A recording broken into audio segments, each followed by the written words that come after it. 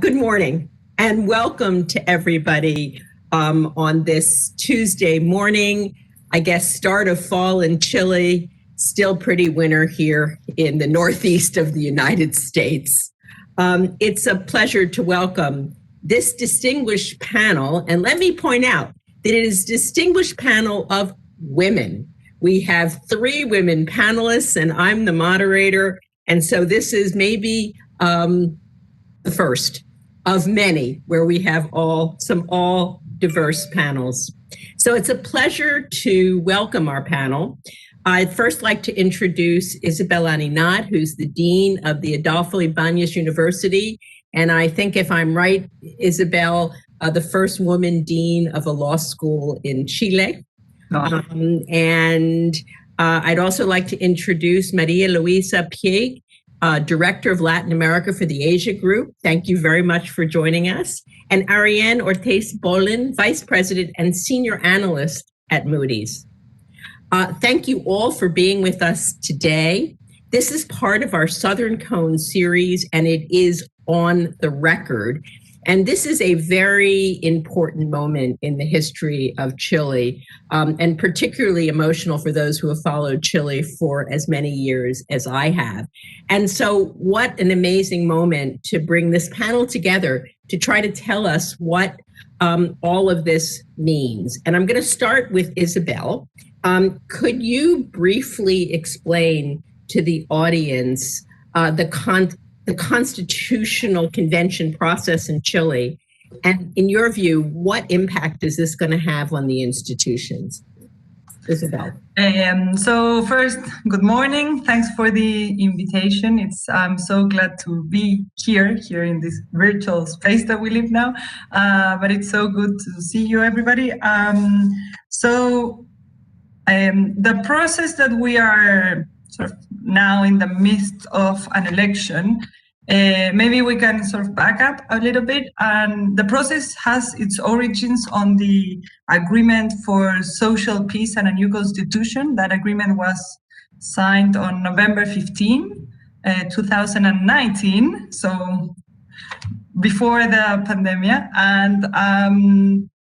And you might remember we had a sort of social unrest. I don't know the exact word that is the translation. This is a very academic discussion. What is the perfect word for this? What we in Chile call estallido social.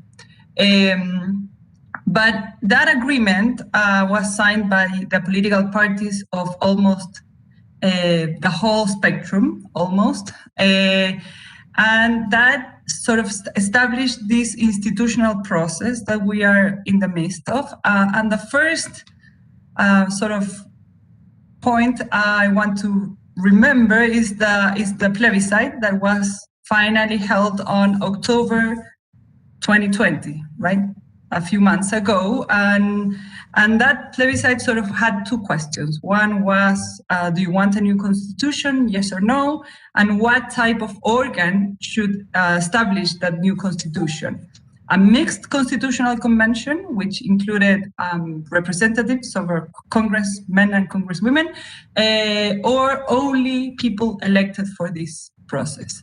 The results, so that we can remember them, were almost 80% in favor of a new constitution, so that was 78.28%, and the same, almost 80% for the Constitutional Convention fully elected. That plebiscite had a participation of almost 51%, which is a high participation rate if you look at previous elections in Chile.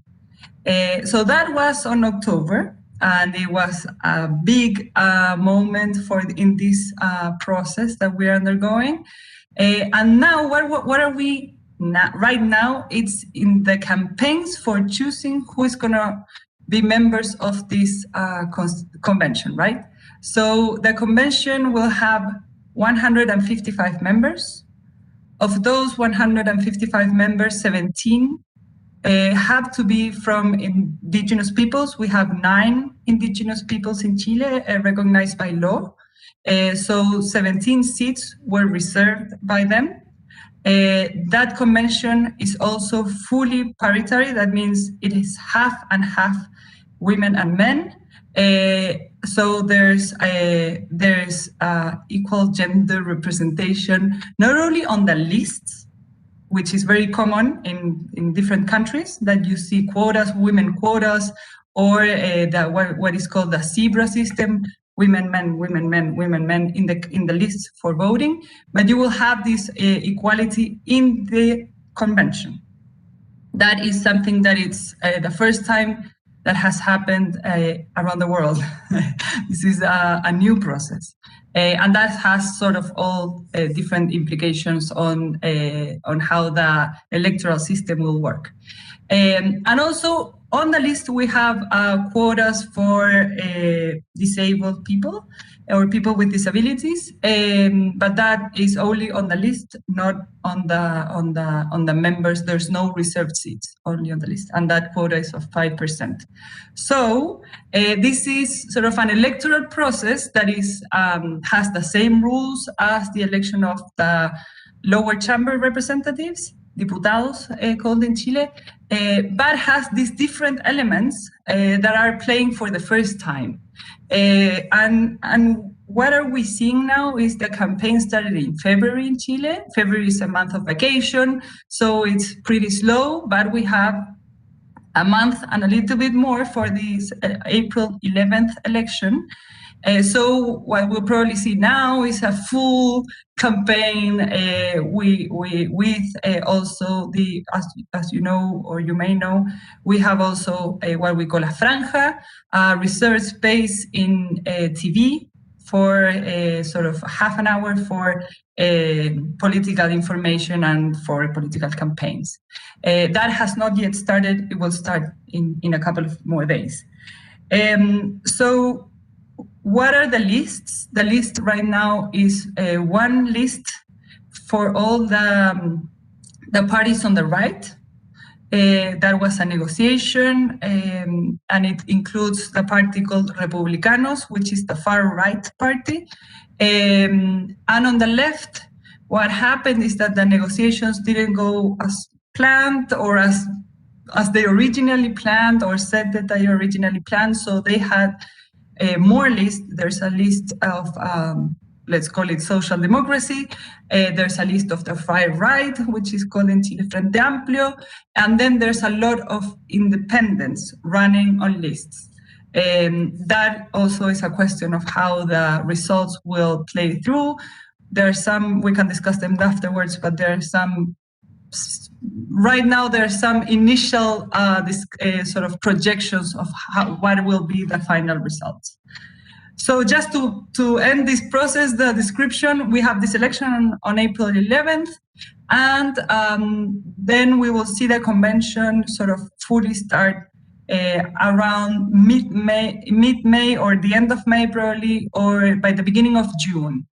The government established Palacio Pereira, which is an old building in Santiago, as the main center for its meetings. And the convention has, we call it convention because the constitution calls it constitutional convention. You could also say an assembly. Has 9 months for establishing the constitution, which can be extended for 3 more months. So in what we all say is that this convention will have a year to write the new project for a constitution in Chile, and that project is then submitted for a final plebiscite, what we call plebiscito de salida, and that will be probably around August 2022, and then that has a mandatory voting. And the question is, do you want this new constitution, yes or no?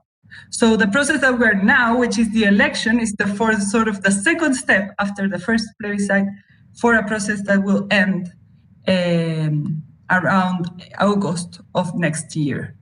And as you may know, this agreement, the one that I mentioned at the beginning, established 2 key things. One is a 2/3 majority vote for the project or for the constitutional norms, but also for the voting system, what we call el reglamento.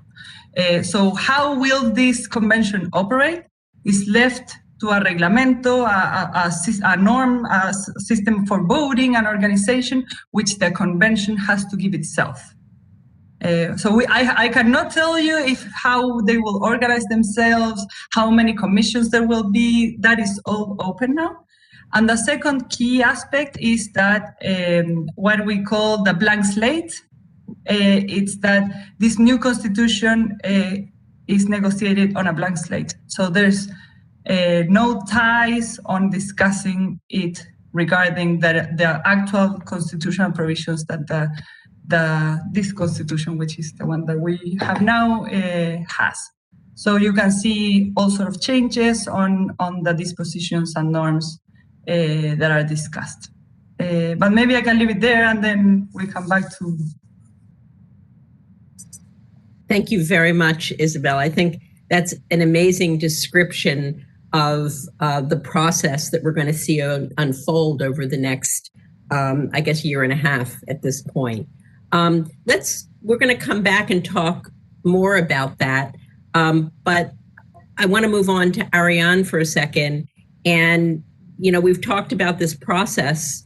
How do you view Chile's economic outlook for 2021 and the economic recovery? And does this constitutional process weigh into that in any way because of the potential uncertainty around the constitutional process? Yes, thank you. And just let me take the opportunity to thank you, Susan, and the America School Council for inviting me. This is a great panel. Pleasure. Thank you. So let me answer that question first. Yes, the constitutional process will definitely create uncertainty, the process itself. And we do think that it will affect, to some degree, investment and the speed of the recovery. However, we just actually revised upward our outlook for growth.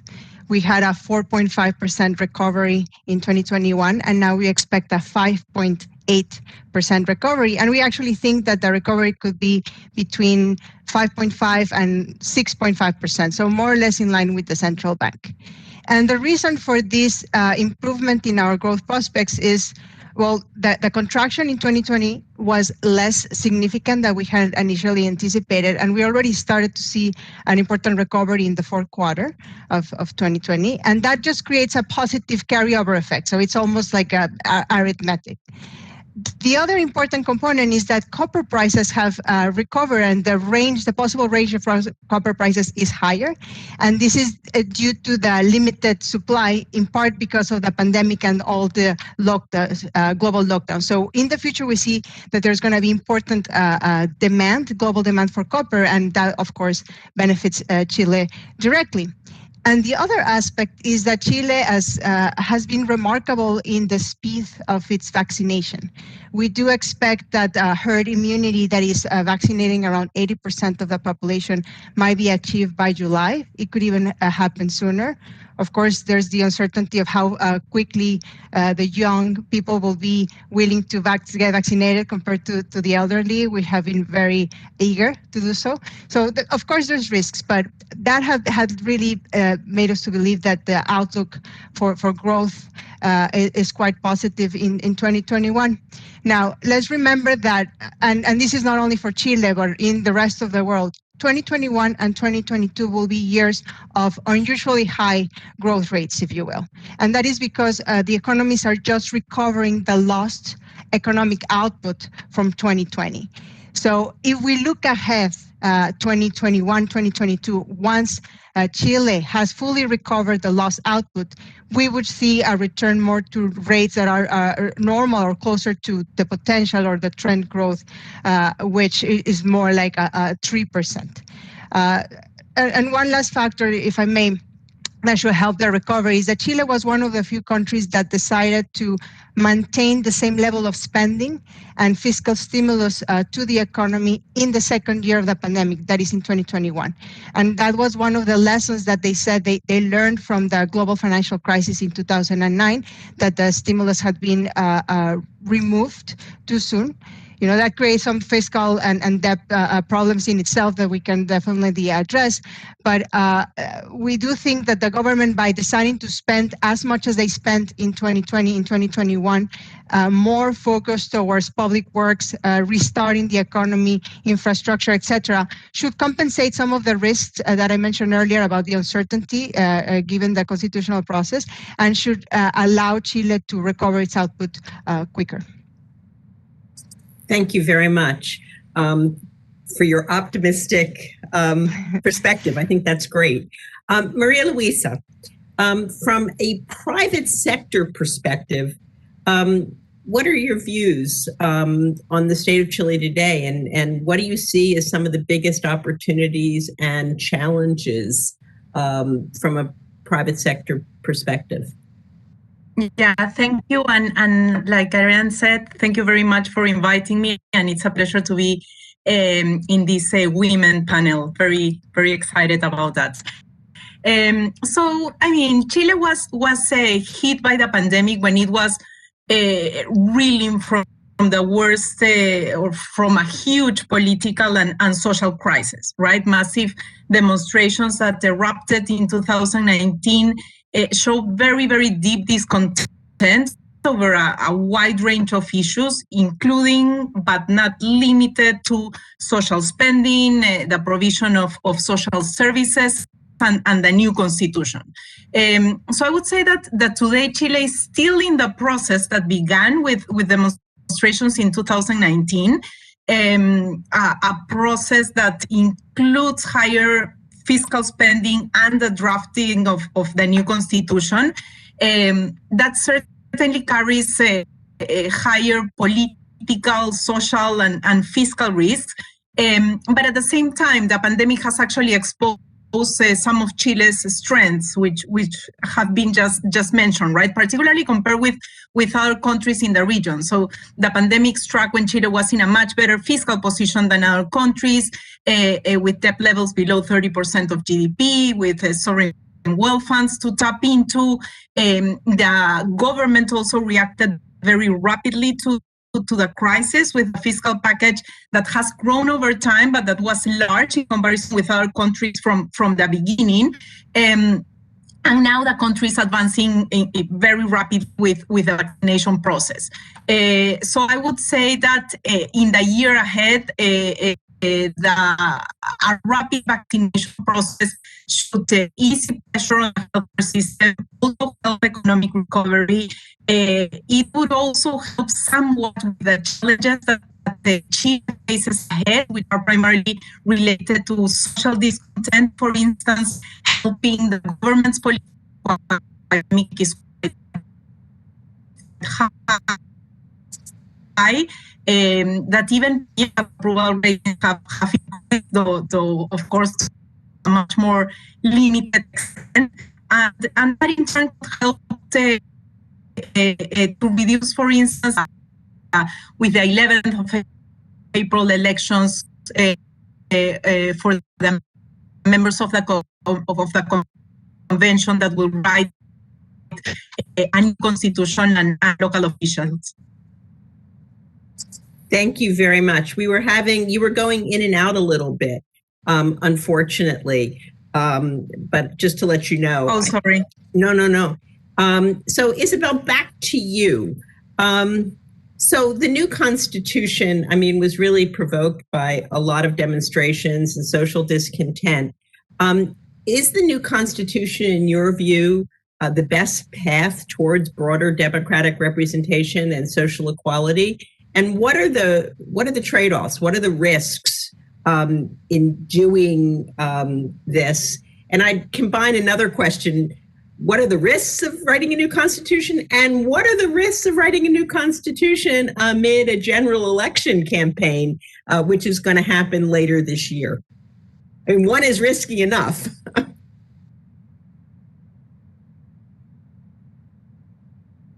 Isabel, you're on mute. You have to unmute. Sorry. On April 11, we have 4 elections, actually. One is the election for the members of the convention or the assembly, but we also have elections for municipalities and a new political authority which was created a couple of years ago, and this is the first election, which is called Gobernador Regional. It's the sort of the governor, but we're not a federal system, but sort of the main political authority of each region. And then we have elections, as you mentioned, at the end of the year for a president, part of the Senate, and the lower chamber. So this is an electoral year. I want to go back to the agreement, which is crucial because, as you, Susan, mentioned, the agreement sort of was the way that politics and the political system found to sort of give an institutional process for the unrest or the discontent that we were experiencing, right? So what was the political answer to el estallido social? And an important part of the political answer was exactly this agreement, which is mainly a new constitution. What happened later is that the pandemic came and sort of this election that we're having now was going to happen 6 months ago, so everything moved. But I would say that sort of the new constitution is sort of the path for a new political arena, in the sense that it will define, of course, the basic institutions, right? There's mostly in the academia, there's, for example, a discussion if we should move to a parliamentary system. This is the time to do it. Has been a historical discussion in Chile, but not only imagine not what we have seen, especially during the last years, but if you go back to the previous governments, you saw also very much a tension between the president, whoever was president, and Congress, which is very common in the presidential system, as you have seen in the US. But what you have seen is sort of a stalemate that many political or public policy questions, sort of health, pensions, which is a huge issue in Chile and has been continue to be unresolved. And so the question is if the new constitution will sort of establish a new institutional system which can move forward and instead of having this crisis, which the whole system becomes paralyzed. So that is one important question in terms of how the political institutions will work for the future. And the other one, which is very much present in the debate, is the role of social, economic, and cultural rights. And this has been a very important part of what we're seeing now, especially in the debates that you see around this process, is the inclusion in the Constitution of social rights. So the right to health, to water, to housing, the right to a pension system, and the discussion is what should that provision or constitutional provision include, what sort of effect you would have, and then you can see. What we see in academic seminars, for example, is a very different sort of how this works in Colombia, in Brazil, in South Africa, in the European constitutions. What is the impact that has in, for example, fiscal responsibility? But that has been a main issue, sort of, especially as a way to give an answer or a response for the idea of more inclusion in the whole system. But probably what we will see during the debate, I think, is what I have called a roller coaster. Because the debate, as I said, will last a year. And what we probably see is a first debate very intense on the norms of the sort of the convention, right? The initial regulation of how it will operate. As I mentioned, there are some general provisions now in the Constitution, and we have this 2/3 majority. But what we should see is that this is the first discussion. In the Colombian discussion, constitutional discussion, the Assembly had 15 days to put this together. Here we have no set period of time. So this can last 15 days, a month. There's some ideas being around of how it should operate. And then we will probably start a discussion on the contents or the constitutional norms or provisions. And that I would think that we will see a lot of discussion on what I just mentioned, social rights, a lot of discussion on issues regarding sustainability, the right to an environment, the right to water, which is very crucial in the debate, and then some debate on what I mentioned previously, how the institutions work in democracy. But the main question is what will be the results of the election. To give you an idea, there's a projection that appeared yesterday that said that the right will have probably around 43% of the convention, and the left, center left and left will have the other, right, 60%, but that the far left, so Frente Amplio with the Communist Party, will have around 19-20%. So that's another question. So how the political, and as you know, there's 1/3 that can oppose the process. So that's.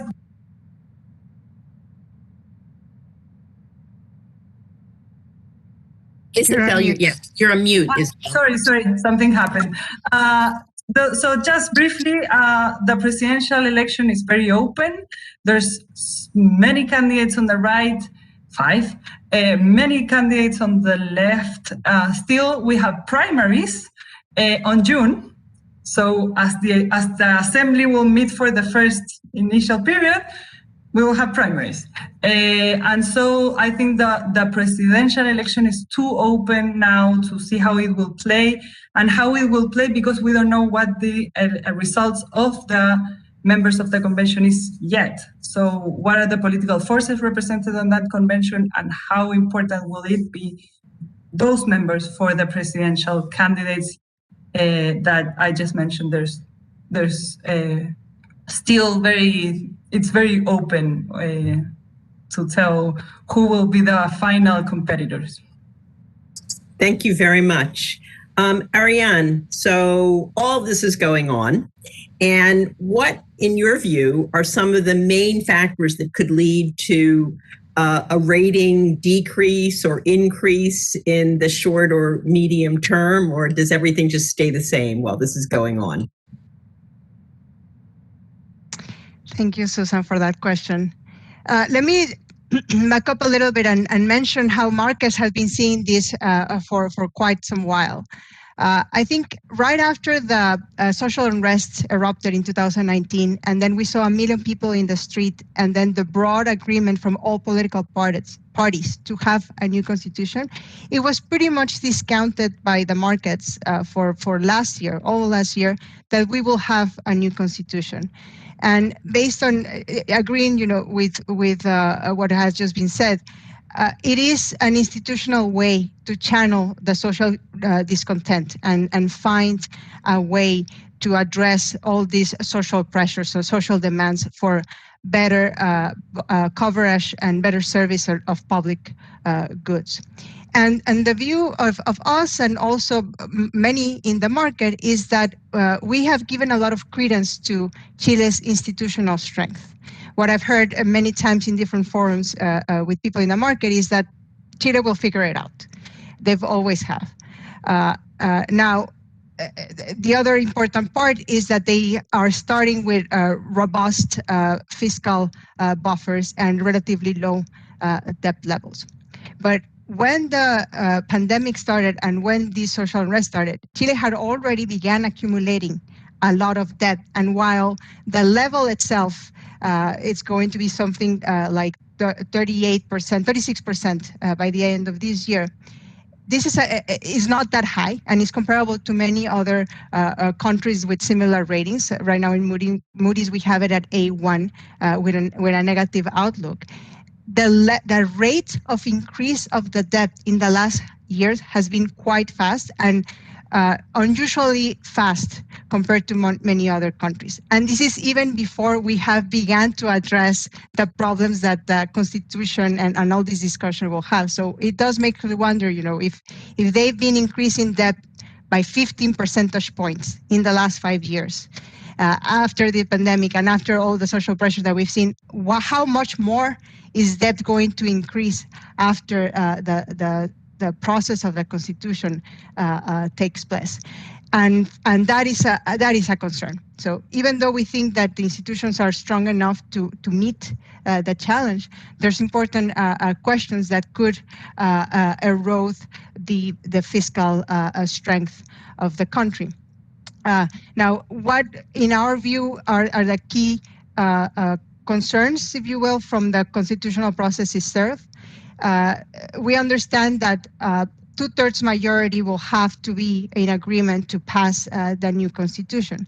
But it could also be that the members of the Constitutional Convention have fundamentally different policy priorities than what we have right now in Congress, because there's a new social construct that is being constructed. So it could be that the Constitution guarantees social rights, and now the government has to find a way to fund them. And that in itself is not necessarily negative from a credit perspective, but you would need to then find a way to finance it. And maybe it is that Chile now is more comfortable living with a higher debt level. And if that debt level is significantly higher than what we currently assume in our baseline scenario, which is, as I mentioned, something like around 40% of debt GDP, then that may be more comparable with a lower rating. So in Moody's, we decided to assign a negative outlook to Chile's rating last August, after it became clear to us that from a political economy perspective, it will be increasingly difficult for the government to continue to prioritize fiscal restraint against these other competing priorities in the context of all these political, ongoing uncertainty given the political events, despite the fact, again, that they come from a relatively strong fiscal and debt position, and that is still relatively strong compared to other countries with the same rating. Thank you very much. That's a very important point. So, Maria Luisa, we've talked about the convention, a bit about the election, and so from a private sector perspective, how does all of these political factors, electoral uncertainty, play in a boardroom of a company trying to decide whether or not they want to make an investment today in Chile? Yeah, thank you. Well, I'm not in the boardroom of a company, but I would say in general that the constitutional process is going to be long. As Isabel mentioned, they will have up to a year to draft a new constitution, and then the new constitution will be submitted for being ratified in a vote. The process is also going to coincide with the elections for Congress and for president in November. There is overall consensus, I would say, that moderate candidates will obtain at least 1/3 of the seats in the Constituent Convention, so that would be enough to block any very radical change. The presidential race is just, and parties are in the process of picking candidates for primaries, but there would be uncertainty related to the constitutional process and the elections, and an uncertainty weigh on investment decisions in a year that is going to be key for economic recovery. That said, we are also also experiencing a very rapid vaccination process that should allow for the lifting of mobility restriction that could reduce political and electoral risk somewhat, and that could also help. Copper prices will also help. But in the long run, I would say that Chile will, regardless, will continue to face deep and structural challenges that are posed by discontent, with the consequent risk of protests or even violent incidents. Facing that matters as well for investment decisions. So I'm going to follow on and do your last question and go backwards on the panel because you've touched on this. Isabel said it's really early in the 2021 general elections, but do you have any view on what the primaries, what the polls are showing for the primary? And looking at it from the other side, will the primaries have an impact on the constitutional convention, in your opinion? I would say that to be honest, if by looking at polls, probably the main takeaway is that distrust of the political class remains significant. So this was evident in October's plebiscite on constitutional reform, in which a majority voted to replace the constitution, but also for this new constitution to be drafted only by newly elected members. It was also evident in the leaderless demonstrations that erupted in 2019, and I would say also in the low levels of support for Piñera, but also for parties across the political spectrum. So recent polls show some candidates leading voter preferences that includes Joaquín Lavín, Daniel Jadwe, Belín Matei, all of them majors, by the way, but still with very low support. So the options presented do not seem to be very appealing for voters, or voters are not really thinking about the elections yet. As for the impact of the convention, it could shed some light, particularly if one single group, one coalition obtains a much larger share of the seats than expected. But I don't think this is likely to be the case. And in any case, elections for the Constituent Convention will resemble that of the lower house. As Isabel mentioned, the center-right and the right are running together in a coalition. The left is divided, so that should also affect the results of these elections in April. But by benefiting the center-right coalition, we'll have to see if this situation, if the coalition and divisions in the opposition remain the case for November as well. Thank you very much. So, Ariane, we're going to go into a process, and we already talked about the fiscal issues.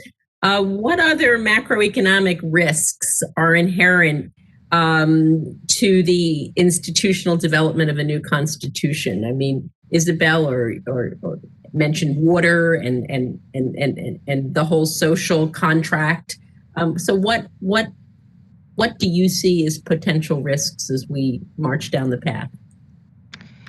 Yes, I mean, from our credit perspective, the biggest risk is making the spending structure more rigid and changing the spending trends. Chile has had an economic model based a lot on private markets.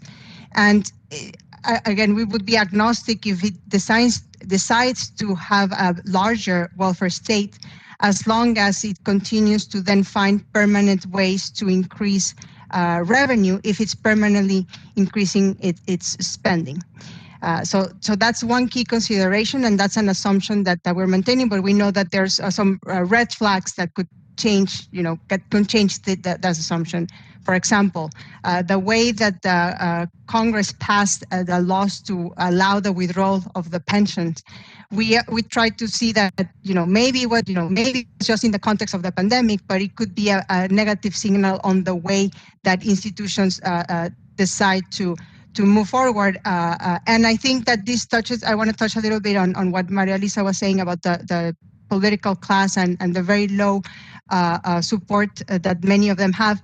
I think that in the case of Chile, we see that there's a significant mistrust on political institutions as a whole, and that really gives very little political capital to do the kind of reforms and needed adjustments because people don't trust they trust the system, right? Because they went to vote in mass, but they don't trust individual politicians, the political class. And that will really complicate finding optimal solutions in the context of a new constitution after the primaries. And we think that that's an important risk, even though we have a strong track record of them finding ways. So I think, it's the changing spending trends, making spending more rigid. There could also be risk in change of property rights, particularly related to the mining sector, and changes in the regulation, if you will, given environmental concerns and water rights and so on. So that it's not that we have seen specifically a risk, but we think that could be an area where there are risks, and it's still there's a lot of uncertainty. But other than that, we think that beyond the 2/3 majority, there's broad public support for maintaining